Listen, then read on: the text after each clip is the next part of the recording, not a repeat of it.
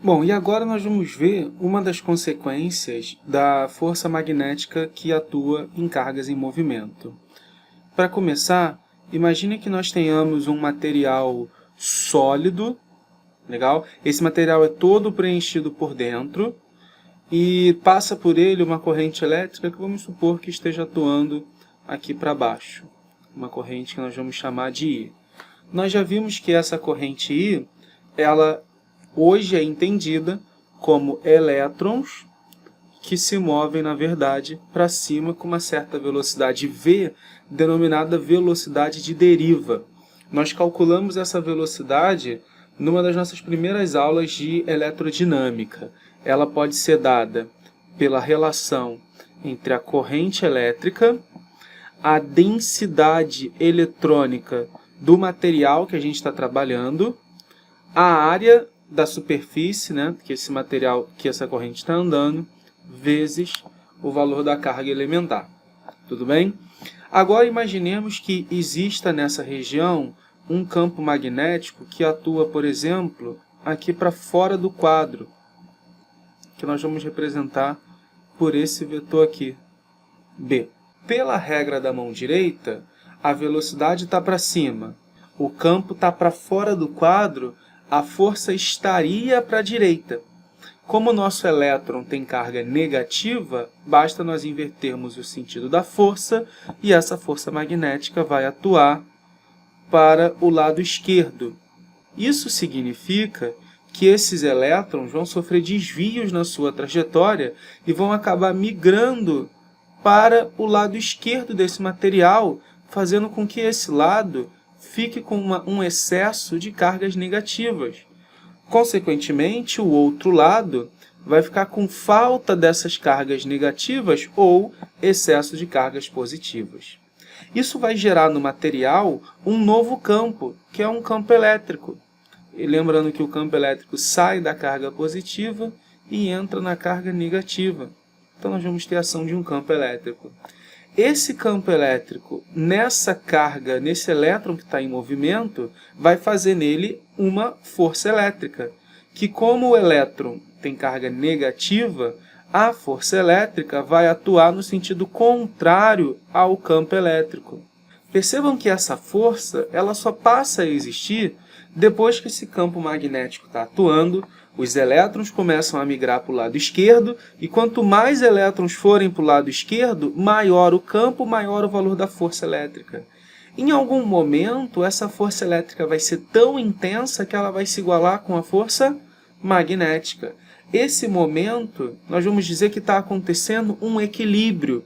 Nós podemos calcular a força elétrica por Q vezes E. E nós podemos calcular a força magnética por Q VB. Percebam que como é o elétron que está sofrendo as duas forças, nós podemos cancelar e escrever a seguinte relação: E igual a V vezes B. Essa relação vai ser muito importante mais para frente lá no curso, quando nós falarmos das equações de Maxwell. Essa relação ela vai aparecer de novo lá.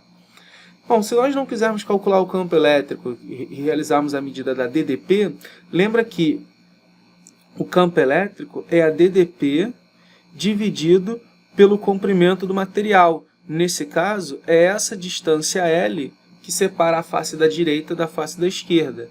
Isso é igual a V vezes B. Passando o L para o outro lado, o U pode ser escrito como B, V vezes L.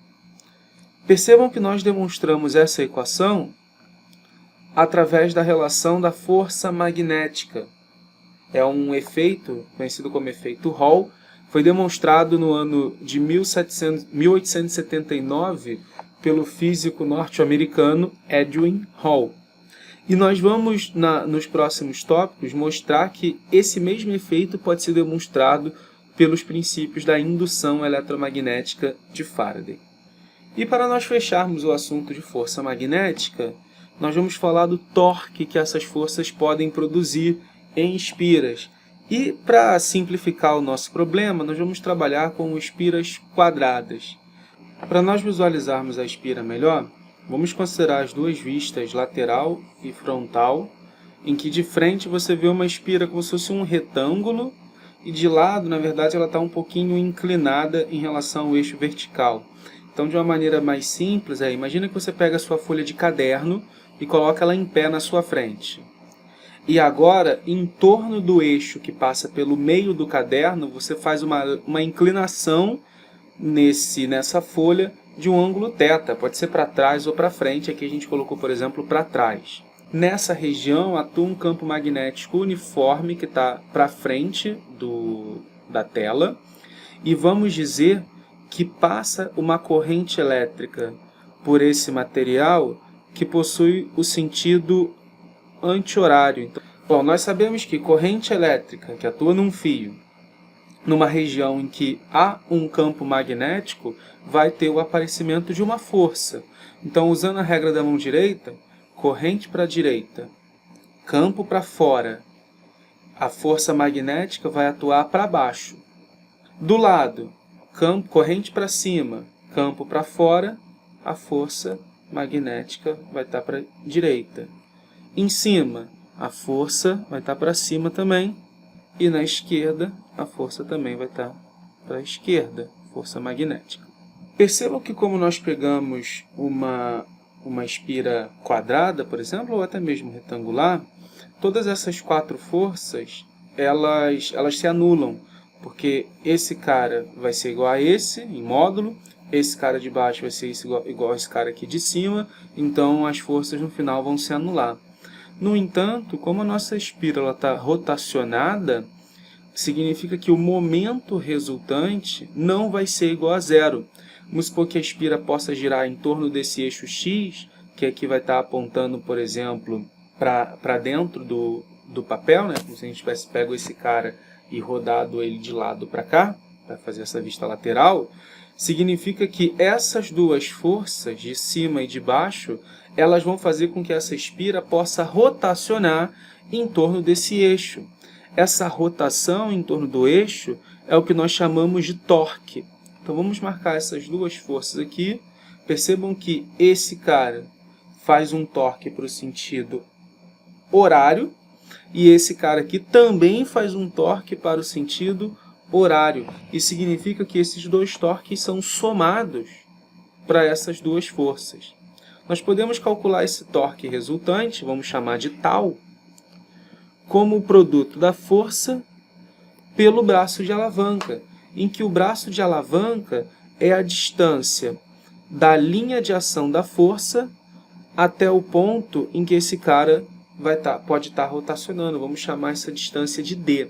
Se nós observarmos aqui e chamarmos a distância esse lado desse quadrado de L, então esse pedaço vai ser L sobre 2, esse outro pedaço vai ser L sobre 2, então esse pedaço daqui vai ser L sobre 2, fazendo com que a distância D seja L sobre 2 seno de θ. E agora vamos fazer a soma desses dois torques. Nós vamos ficar que torque é F vezes D, torque total, mais F vezes D, ou seja, 2F vezes D. Como o F pode ser calculado como B e L, isso vai ser 2 vezes B vezes I vezes L, vezes a distância, que é L sobre 2 seno de θ. Esse meio pode cortar com esse 2 que aparece aqui, então nós vamos ficar que o torque ele vale I, L ao quadrado, B seno θ. Nós fizemos a conta para uma espira quadrada. E o que significa esse L ao quadrado na espira? É o valor da área. Esse produto I vezes A, ele tem um nome, nós chamamos de momento magnético. Então, nós podemos representar isso como produto μ vezes B vezes seno de θ. O momento magnético vai ser um vetor área, ou seja, é um vetor que é perpendicular à nossa superfície, e nós podemos reescrever o torque vetorialmente como produto do momento magnético vezes o campo magnético. E se vocês lembrarem, o módulo desse cara é μ vezes B vezes o seno do ângulo entre eles. Então, nós podemos escrever agora o torque dessa maneira.